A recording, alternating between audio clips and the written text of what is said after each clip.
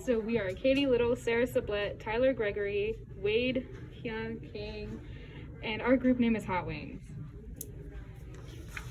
Our literary movement was Imagism versus Metaphysical poetry. And Imagism is an early 20th century poetic movement focused on preciseness and strong imagery. The characteristics of Imagism is simplicity, clarity, precision, concrete descriptive imagery, and precise colloquial language rather than traditional poetic diction.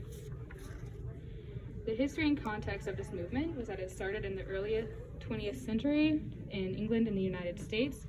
It was a reactionary movement against Romanticism and Victorian poetry. It led to a number of 1950s poetic groups and movements, for example, the Beat Generation and Black Mountain Poets, and it featured a number of major female poets, which was unusual for the time. For example, Hilda Doolittle. Two major influential poets of this movement were Ezra Pound and T.E. Holm. Ezra was the one who founded Imagism, but T.E. Holm was the one who actually rooted it and developed it. And let's take a look of two poems that are in the Imagism movement. The first one is In a Station of the Metro by Ezra Pound, and the other one is Autumn by T.E. Holm. The first poem we're going to look at today is of the Imagism movement. It's in a station of the metro, and the poem is The Apparition of These Faces in the Crowd, Petals on a Wet Black Bough. This one encapsulates the Imagism movement as it includes descriptive syntax rather than longer works. And the next one is Autumn. I'm not going to read it, but if you want to pause, you may. It's one of the first modern poems in English. It doesn't have intrusive rhythm or rhyme scheme, and it paints a vivid picture, as many poems do in the Imagism movement. So this is metaphysical poetry. So the definition of metaphysical poetry is highly intellectualized poetry. The characteristics is highly intellectualized poetry characterized by bold and ingenious conceit, incongruous imagery, frequent use of paradoxes, and questions the reader with philosophical themes like religion, faith, spirituality, and lust, being, and hate. The history was it was started by the 17th century poets, marked by philosophical exploration, diction, conceits, and irony. It reacted against the 16th century verses, mainly smooth and sweet tones. Some major figures was John Donne, 1572 to 1631, often considered the greatest love poet in the English language, leading English poet of the Metaphysical School and dean of the St. Paul Cathedral, also noted for his religious verse entries and for his sermons. This is George Server, 1593 to 1631, one of the greatest religious poets of any age, intended to go to church to train as a preacher, but instead became a deacon later in life. Most of his poems addresses God instead of the reader, and noted for the purity and effectiveness of his choices of words.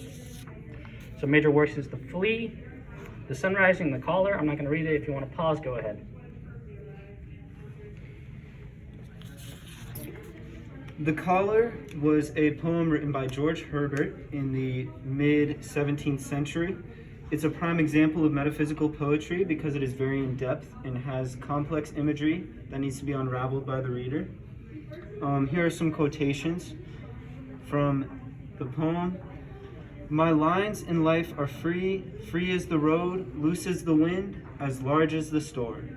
So this poem is essentially about George Herbert's struggle for freedom, and more specifically religious freedom.